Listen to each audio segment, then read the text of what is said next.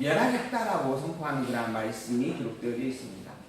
암몬 족속이 멸망된다라고 하는 것을 선포하는 말씀인데 그 내용을 보게 되어지면 왜 암몬 족속을 멸하시는가? 여호와 하나님의 성소의 성소, 즉 예루살렘 성전이 더럽혀졌다, 즉 우상 숭배의 소굴이 되어졌다라고 하는 겁니다. 그리고 그로 말미암아 또한 이방인들에게 짓밟힘을 당하게 되어지는 부분들이 있죠. 그럴 때 한마디를 했어요. 뭐라고요? 한마디를 또 두 번째, 이스라엘 땅이 황폐하게 되어질 때 또 그걸 보면서 뭐라 했다고요? 좋다. 유다 백성들이 다 바벨론 포로에 사로잡혀가고 있는데 그걸 보면서 좋다. 이 한마디를 했다 이거예요. 그래서 어떻게 한다고요? 멸해버리겠다는 겁니다. 좋다. 이 말 한마디 한 것이 멸망받을 정도로 그게 심각한 이야기인가요? 왜요? 하나님의 언약 백성들이 지금 왜 하나님한테 진노를 당하고 시련을 당하고 있죠? 우상 숭배하고 범죄했기 때문에 그래요. 죄 지어서 지금 잘못해서 지금 하나님께 매를 맞는 거예요. 매를 맞는 것을 옆에서 보면서 좋다 하는 겁니다. 그게 왜 멸망받을 수밖에 없는, 또 멸망받게 되어질 그러한 저주스러운 일이었는가라고 하는 것을 이제 오늘 우리가 하나하나 또 살펴가 보고자 합니다. 오늘 본문에 있는 말씀의 내용을 제가 도표로 또 모아봤어요. 하나님께서 에스겔 선지자를 통하여서 흩트고 모으실 것을 선포하시는데, 흩으실 것에 대한 말씀 가운데 선지자를 부르셨죠. 그리고 이제 멸망에 대해서 예언을 하게 하십니다. 그리고 왜 멸망하는가, 그 멸망의 원인에 대해서 하나하나 또 분명히 가르쳐 주었죠. 우상을 숭배하고 불신을 하고 그 다음에 거짓을 행하고 그리고 범죄하였다라고 하는 그런 여러 가지 이야기들이 있었습니다. 그리고 난 다음에 이제 그런 예루살렘을 하나님께서 어떻게 멸망을 할 것인가, 멸망시킬 것인가, 그 방법에 대하여서 이야기를 했습니다. 크게 칼과 기근과 그런 그 열방을 들어서 때리는 그러한 섭리를 통하여 멸하겠다라고 하는 말씀이 17장에서 24장까지 그렇게 기록이 되어져 있었습니다. 그리고 난 다음에 이제 하나님께서 그 백성들을 향하여서 때릴 것과 더불어 모아주실 것에 대한 예언의 말씀을 선포하고 있는 내용이 25장에서부터 48장까지 내용으로 기록이 되어져 갑니다. 물론 이 내용 속에서도 계속 때리겠다라고 하는 말씀이 선포가 되어집니다. 현재는 지금 유다 백성들, 이스라엘 백성들이 지금 매를 맞고 있는 상황이거든요. 그러니까 매를 맞고 있는 이유와 왜 맞고 어떻게 맞게 되어지는가라고 하는 것을 밝혀주는 말씀이 계속 선포가 되어지는 거죠. 그 과정 속에서 그것으로 끝나는 게 아니고 다시 회복해주겠다, 모아주겠다라고 하는 것을 이야기합니다. 어떻게 모아주시는가? 먼저는 그러한 열방들, 이스라엘 백성들을 아프게 했던 열방들을 다 멸하겠다라고 하는 말씀으로 시작을 합니다. 그로 말미암아 유다 백성들이 회복이 된다라고 하는 것이죠. 그리고 그 백성들을 돌아오게 해서 성전을 회복하게 하고 또한 국토를 회복해 주겠다라고 하는 예언의 말씀이 48장까지 기록되어져 갑니다. 오늘 우리가 보게 되어지는 말씀은 대적을 멸하겠다라고 하는 보수를 통한 회복의 예언의 말씀이 기록되어져 있는 본문입니다. 25장에서 39장까지의 말씀인데, 먼저 이방 민족들에 대해서 보수하겠다. 주변 나라, 그리고 애굽이라고 하는 나라를 이야기합니다. 주변이나 애굽이나 이 내용들을 보면 이스라엘 백성들이 이스라엘 백성들 주변에 있는 열방들입니다. 암몬, 모압, 에돔, 블레셋, 그 다음에 두로와 시돈, 그 다음에 애굽, 그리고 이제 더 나아가서는 바벨론, 아수르까지 이제 그곳에 이제 언급이 되어지죠. 그러한 일로 말미암아서 유다 백성들을 회복해 주겠다라고 하는 그런 말씀이 함께 선포가 되어집니다. 근데 유다 백성들을 회복할 때에도 먼저 너희들 내가 망하게 한 후에 회복해 주겠다라고 하는 말씀을 이야기를 하고, 그리고 난 다음에 대적을 쳐서, 즉 세일을 쳐서 멸망시키고 그곳에서 너희를 회복해 주겠다. 마곡이라고 하는 또 열방의 나라를 쳐서 너희를 회복해 주겠다라고 하는 그런 말씀. 그러니까 하나님께서 우리는 좋으신 하나님, 선하신 하나님, 미라볼이 우리가 칭하는 이 좋으신 하나님과 선하신 하나님이 우리에게 행하신 일을 보게 되어지면 진노라고 하는 것과 회복이라고 하는 것이 있다라고 하는 겁니다. 진노와 회복. 그러니까는 사실 하나님의 우리가 말하는 하나님의 좋으심, 하나님의 선하심을 이야기할 때는 진노하심과 회복의 섭리가 다 담겨져 있는 의미에서 이야기가 되어져야 돼요. 근데 우리는 보통 좋으신 하나님 하면은 내게 나쁜 것은 하나도 없이 하고 내게 좋은 것만 주시는 분 이런 식으로 이야기를 하거든요. 근데 하나님이 우리에게 가르쳐 주시는 이 좋고 선하심의 섭리의 개념은 나는 너희를 때린다. 또 나는 너희를 회복해 주는 존재다. 라고 하는 두 가지 내용을 다 담고 있어요. 이 모든 것들을 통하여서 왜 이 모든 것들이 좋은 것이고 선한 것인가? 이것이 백성들을 하여금 죄를 깨닫게 하게 하는 거죠. 죄를 깨닫게 하는 것. 그리고 은혜되게 하는 겁니다. 은혜를 깨달아 은혜되게 하기 위한 거죠. 그로 말미암아 이 모든 것들에 본질된 하나님의 여호와이심을 찬양하게 한다라고 하는 겁니다. 이걸 위하여서 진노하기도 하고 회복해 주기도 하는 거예요. 이 모든 이것을 깨달아 아는 게 좋은 일이고 선한 일이다라고 하는 겁니다. 하나님께서 우리에게 좋은 것과 선하심으로 선포하는 그 선포의 범위가 여호와이심을 아는 일이고 여호와이심을 알아가는 과정 속에서 죄를 깨달아 죄에서 죄를 경계하고 하나님의 은혜를 깨달아 그 은혜에 대한 감격의 찬양을 누리며 사는 일이다라고 하는 거죠. 그걸 위해서 그것을 이루어 가시는 분이기 때문에 좋으신 분이고 선하신 분이다라고 하는 겁니다. 근데 우리는 내게 이 아픈 것은 없어야 될 일이고 내게 좋은 것은 복이라고 하는 것은 있어야 될 일이다 이렇게 생각을 합니다. 내게 있어서 내가 가지고 있는 선과 내가 가지고 있는 악의 개념이 있다라고 하는 거예요. 내가 좋아하는 것, 내가 싫어하는 것이 있다라고 하는 겁니다. 여기에 이 좋아하고 선하다라고 하는 이 선의 개념과 여기에 있는 이 선의 개념은 같은 게 아닙니다. 이걸 우리가 분별을 못하면 그러면은 우리가 아는 신앙이 하나님을 바라보는 하나님께서 우리에게 알려준 신앙과 다를 수 있다라고 하는 거예요. 그래서 제가 이 선이라고 하는 개념도 여러 종류가 있다라고 처음부터 말씀을 드렸어요. 절대 진리로서의 선이 있습니다. 이게 절대 진리라는 뜻이에요. 그 다음에 하나님의 좋아하심과 하나님의 싫어하심의 선과 악이 있죠. 선과 악이 있습니다. 그리고 이 악을 하나님께서 뭐라고 표현하셨냐면 사람이 하나님처럼 선과 악을 아는 것이다 이렇게 이야기합니다. 이게 선악을 아는 그 일을 하나님께서 싫어하시는 일이다라고 분명히 밝혀주죠. 그리고 선악을 알게 되어지는 그 일 자체가 나에게 악한 일이고 그 일이 너에게 없애야 된다. 그래서 선악과를 따먹지 말라라고 하는 그런 명령을 선포했던 것이죠. 근데 이 선악과를 따먹게 되어짐으로 말미암아 이 인간이라고 하는 존재에게 스스로의 선과 악이라고 하는 개념이 존재하게 되어졌어요. 선과 악의 기준자가 되어져 버린 겁니다.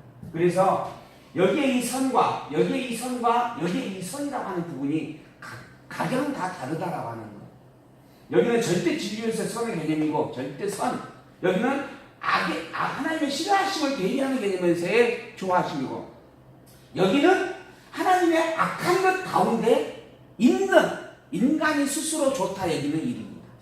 근데 그것을 아무리 인간이 이건 선한 일이다, 옳은 일이다, 좋은 일이다라고 정의를 해도 이건 악한 것일 뿐입니다. 하나님이 보시기에는. 이게 타락된 존재의 본질인 거죠. 그러니까 그런 부분에 있어서 우리가 선의 개념을 정리를 하고 나누어 살펴갈 부분들이 있다라고 제가 말씀을 드렸습니다. 어쨌든 하나님께서는 이러한 좋으심과 신하심, 우리의 좋아하는 것과 신하심의 방법을 통하여서 하나님 당신의 원하는 당신의 뜻을 드러내고 우리에게 알게 가고 있습니다. 그러한 섭리 가운데 있어서 이것을 깨닫게 하는 방법으로 열방을 들어서 이제 때리시는 거죠. 열방을 들어서 백성들을 때리십니다. 열방이 강성해지면 백성들은 약해져 갈 수밖에 없습니다. 이게 이 세상의 상대적 성질입니다. 하나가 강하면 하나가 약하게 되어져 있어요. 이걸 과학에서는 물리학적 표현으로 질량 보존의 법칙이다 그렇게 이야기합니다. 질량 보존의 법칙. 표현이 정확한지 모르겠지만 한쪽이 많으면 한쪽이 적어질 수밖에 없다라고 하는 것이죠. 그런 성질을 가지고 만들어져 있는 세상입니다. 그런 상태 속에서 열방의 강성함은 곧 유다 백성들의 약함, 이스라엘 백성들의 약함을 나타내고 있는 부분들이 우리가 성경의 역사를 통해서 보게 되면 분명합니다. 하나님께서 애굽에 강하게 세우셨는가? 유다 백성들 포로로 종노릇하게 하기 위해서 애굽으로 가서 종노릇하기 위해서 애굽을 강성케 하셨다라고 하는 거죠. 하나님께서 왜 아수르를 강성케 하셨는가? 아수르라는 나라가 정말 작은 족속이었습니다. 근데 그 나라가 어떻게 그 전 대륙을 석권하는 통일제국을 이루게 되어졌는가? 하나님께서 그렇게 강성하게 세우셨기 때문에 그래요. 무엇 때문에 세우셨는가? 분열된 다윗 왕국의 북이스라엘 백성을 멸망시키기 위해서 세우셨다라고 하는 겁니다. 그러니까 이 열방의 강성함은 결국은 이스라엘 백성들의 약함으로 나타나게 되어지더라는 거죠. 또한 마찬가지입니다. 바벨론이 강성케 되어지죠. 바벨론이 강성하게 되어졌습니다. 그로 말미암아 유다 백성들이 포로로 끌려가죠. 완전 멸망되어지고 짓밟음을 당하고 예루살렘 성이 흩어져 버리고 그리고 포로로까지 끌려가게 되어집니다. 그런데 이 아수르가 멸망이 되어지니까 또 바벨론이 멸망이 되어지니까 누구에게 찬양이 나오는가? 바로 유다 백성들에게 찬양이 나온다는 겁니다. 왜? 강한 대적자가 없어짐으로 말미암아 이득을 갖게 되기 때문에 그래요. 그게 진리장 보존의 법칙이다 제가 표현하는 겁니다. 어쨌든 그래서 열방에 대한 보수, 열방에 대한 멸망은 유다 백성들에게는 위로가 되어지고 소망이 되어지고 희망이 되어진다, 기쁨이 되어진다라고 하는 것은 너무 분명한 사실이었습니다. 이게 역사 섭리 속에서 일어나는 일들의 하나의 증거들이었죠. 우리가 지금 월드컵을 지금 하고 있어요. 축구를 간혹 제가 이렇게 하이라이트만 이렇게 보는데 계속 보지를 못하고 별로 취미가 없어가지고 2-3시간씩 보지를 못해요 제가. 그래서 그냥 하이라이트만 이렇게 아침에 뉴스 시간을 보는데 근데 그걸 보면서 우리와 일본과의 관계에서 우리가 다른 데는 지더라도 일본은 반드시 이겨야 된다 이런 열망을 항상 가지고 있잖아요. 그런 열망이 온 국민들에게 다 있고 나에게도 있다라고 하는 것을 또 제삼 깨달아 봤어요. 근데 이제 그런 부분들이 그동안 나와의 상관관계에 있는 일본과 얼마나 큰 악역의 관계가 있었는가라고 하는 것이 세뇌되어 있기 때문에 이미 몸에 새겨져 있기 때문에 그런 일들이 나타나는 거죠. 이러한 것처럼 하나님께서 그 이스라엘 백성들의 주변의 나라와 함께 섭리해 가셨던 일들을 이제 오늘 이 역사 섭리 에스겔 25장에서부터 차근차근 살펴보게 됩니다. 방금 나와졌던 그러한 내용들, 그 주변의 기타 나라, 암몬, 모압, 에돔, 블레셋 이러한 나라들에 대한 성경상의 위치를 제가 기록을 하고 있어서 보았습니다. 여기에 보면은 에돔, 모압, 암몬, 길르앗, 그다음에 바산, 그다음에 아람, 다메섹 이게 다메섹은 아수르와 바벨론 지역들이죠. 그리고 난 다음에 이게 두로, 여기 시돈 이러한 주변의 나라들이 있습니다. 이게 지금 이스라엘 백성들이 살고 있는 가나안 땅입니다. 근데 그 땅 주변으로 해서 이 밑에는 블레셋이 있고 이 밑에는 애굽이 있죠. 이렇게 완전 둘러싸여져 있는 그러한 상태에 이 나라들을 하나하나 다 멸하겠다라고 하는 겁니다. 그 중에 암몬을 멸하고 모압을 멸하고 에돔을 멸하고 그 다음에 블레셋을 멸하겠다. 그리고 두로와 시돈까지 멸하겠다라고 하는 겁니다. 특히 이 두로라고 하는 부분은 본문을 보게 되어지면 한 여러 장에 걸쳐서 기록이 되어집니다. 그만큼 굉장히 강성한 하나의 성이었고 도읍지였다.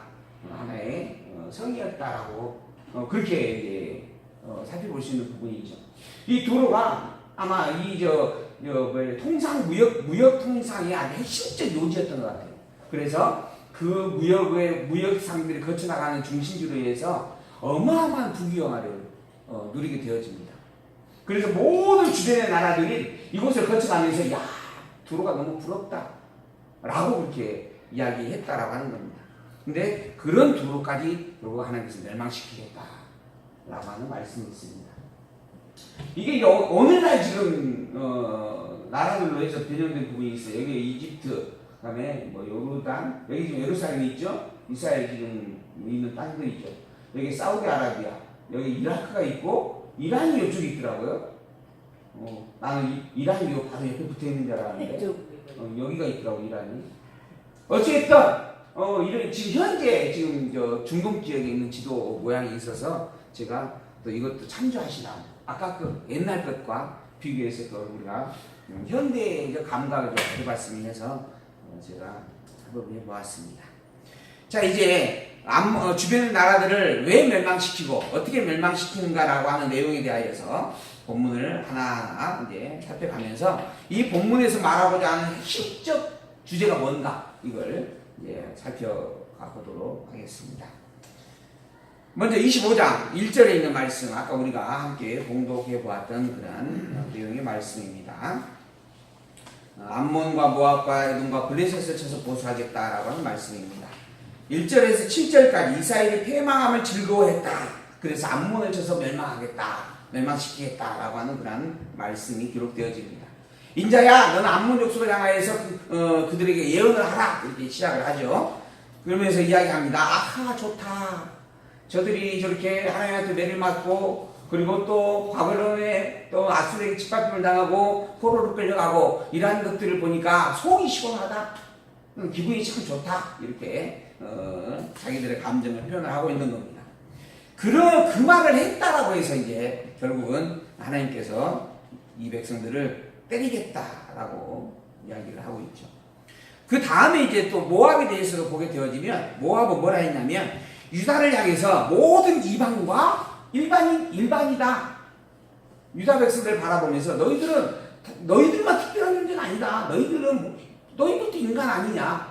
다른 옆에 있는 다른 나라들 사람들처럼 똑같은 인간 아니냐. 라고 이야기를 했다는 거예요. 근데 이 말 했다고 하나님께서 멸망을 시키겠대요.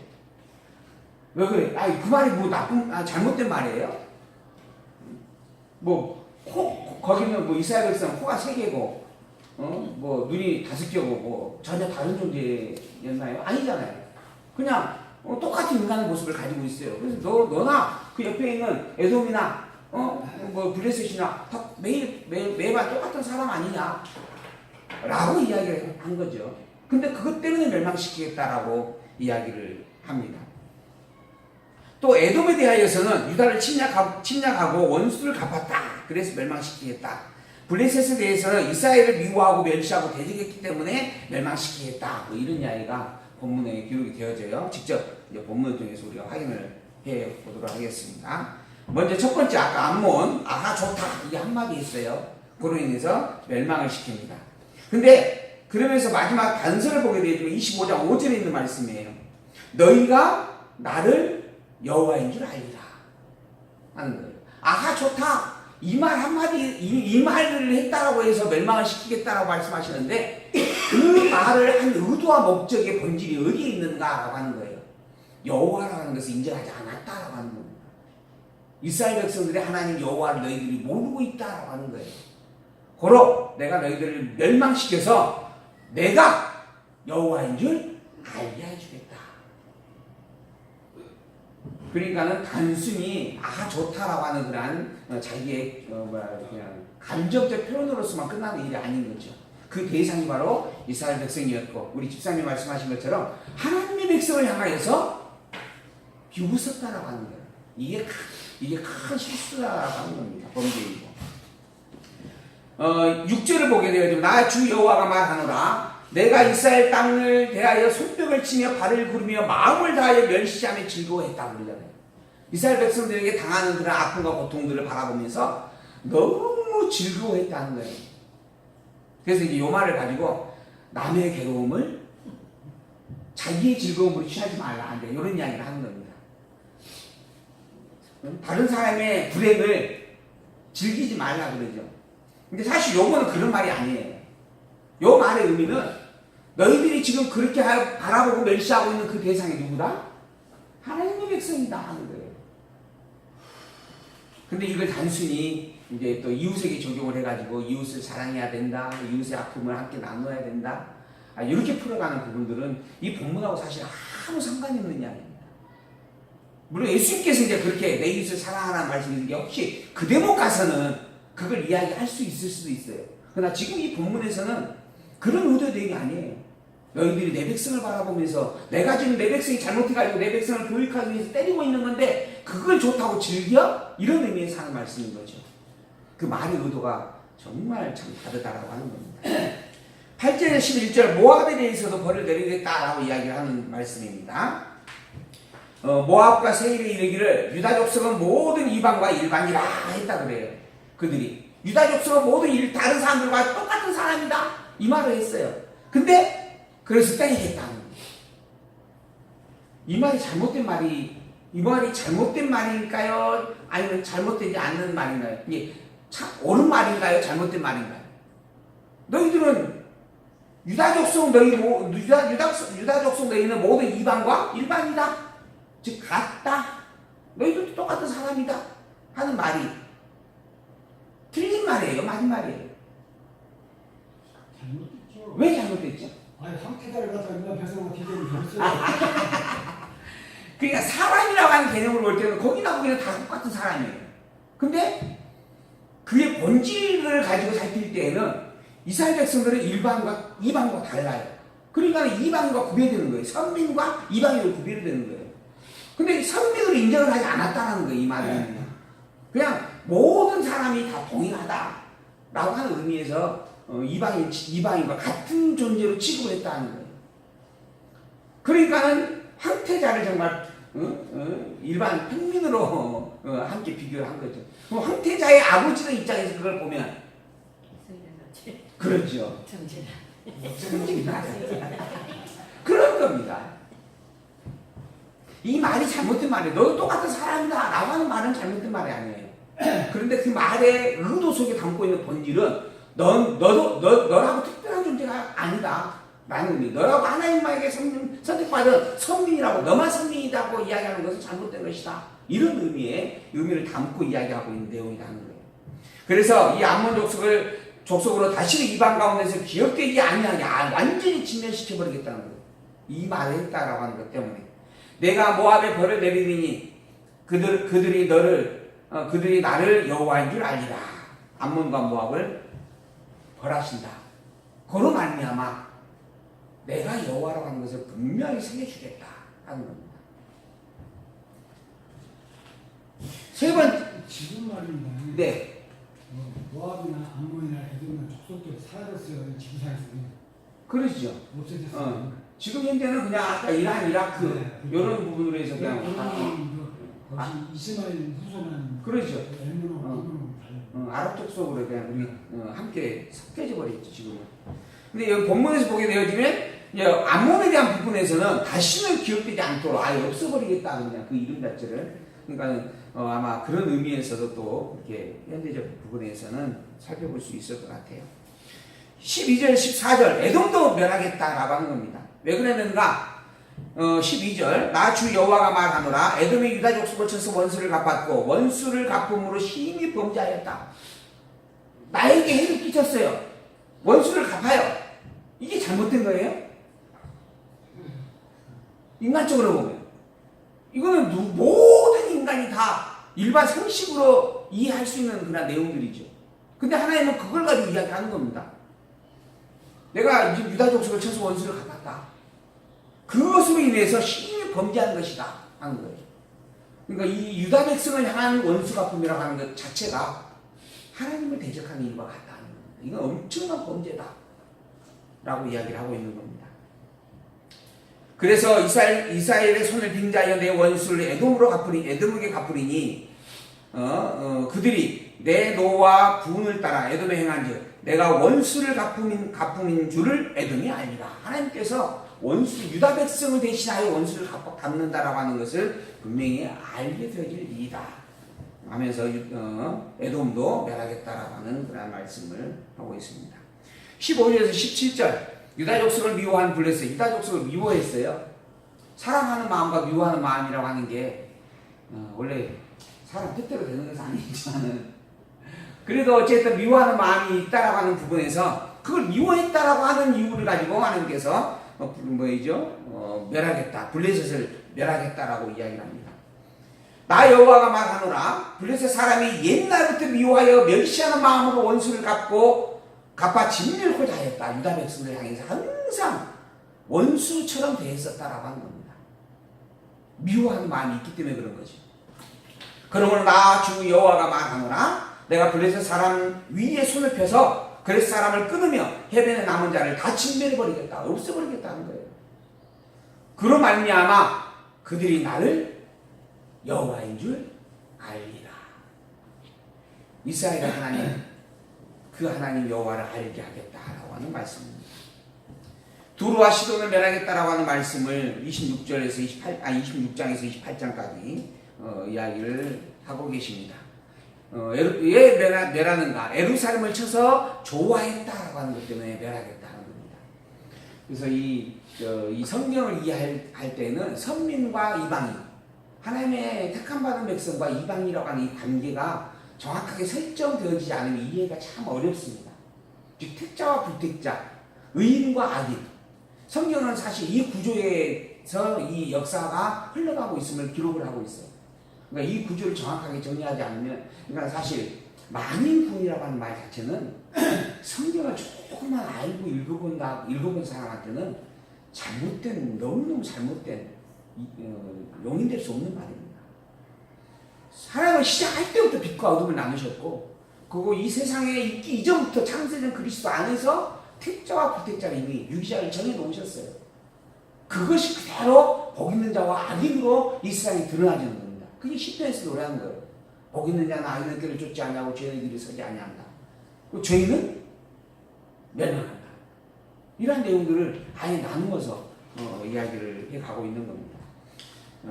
그래서 인류의 또는 만인 구원 이런 내용들은 사실 기독교적, 성경적 개념에서는 도저히 받아들일 수 없는 그런 일들이다라고 하는 것을 우리가 또 생각을 해봅니다. 26장 1절에서 6절 예루살렘을 쳐서 좋아했다라고 해서 멸한다라고 하는 거죠.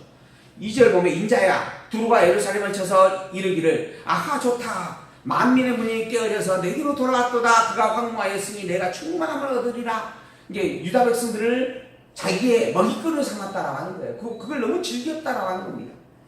그러고 말미암아 하나님께서 그들을 멸하겠다. 5절 뒷부분을 보게 되어지면 나 주 여호와의 말이니라. 그가 이방의 노략거리가 될 것이요 들에 있는 그의 딸들은 칼에 죽으리니 그들이 나는 여호와인 줄 알리라. 내가 여호와라는 것을 그들에게 명백하게 보여주겠다. 여호와란 누구인가? 이스라엘의 하나님이에요. 내가 이스라엘의 하나님이라고 하는 존재를, 그러한 사실을 그들에게 분명히 밝혀주겠다라고 하는 겁니다. 또 7절에서 14절 바벨론을 멸하겠다라고 하는 말씀입니다. 나 주 여호와가 말하노라. 내가 열왕의 왕 바벨론 왕 느부갓네살로 북방에서 말과 병과 기병과 군대와 백성의 큰 무리를 거느리고 와서 두로를 치게 하겠다. 바벨론을 멸하는 게 아니고 바벨론으로 두로를 치겠다라고 하는 말씀이네요.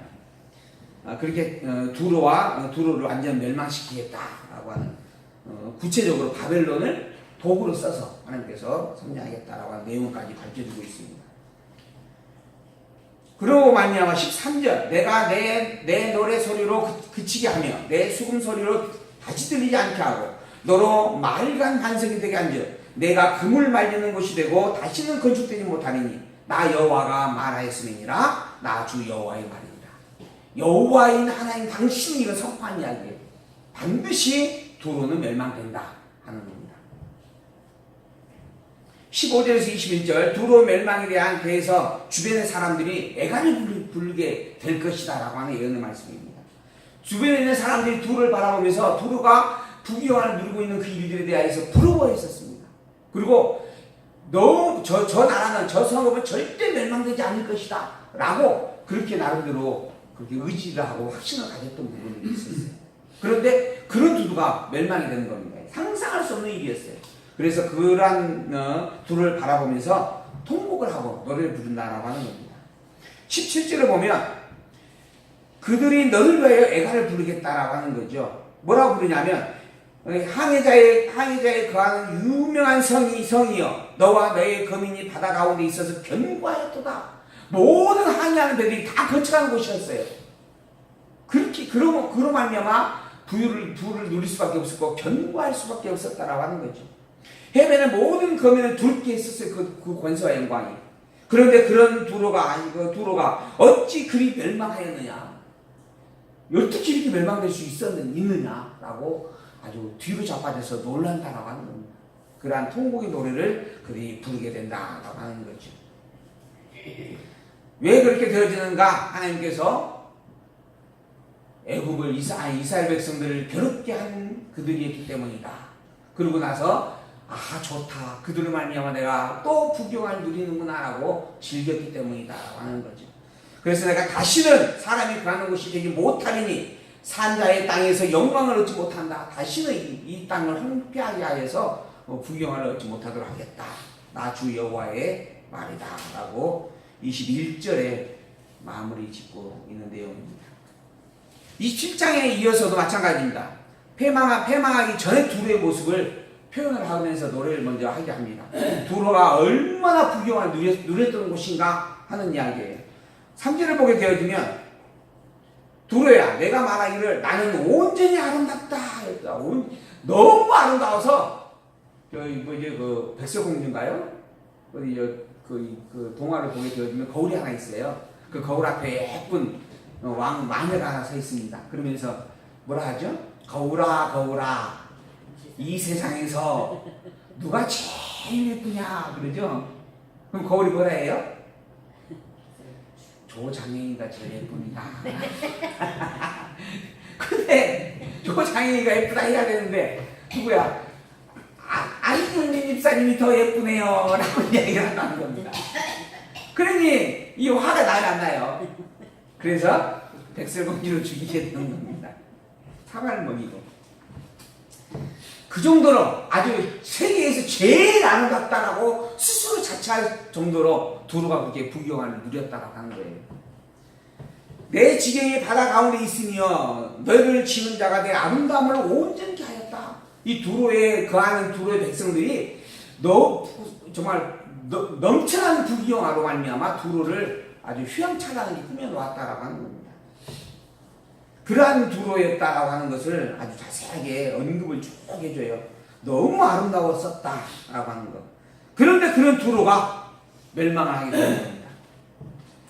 12절에 15절에도 두루가 얼마나 부귀영화를 누리고 있었는가라고 하는 것을 또 이야기해 줍니다. 각 나라의 모든 무역선들이 그곳에 들려서 그러한 통행세를 내게 되어지고 또 이렇게 세금을 내게 되어지죠. 팔고 사고 하면서 그로 말미암아 두루가 풍부함과 영화를 누렸었다라고 그렇게 증거를 해주고 있는 그런 내용의 말씀들입니다.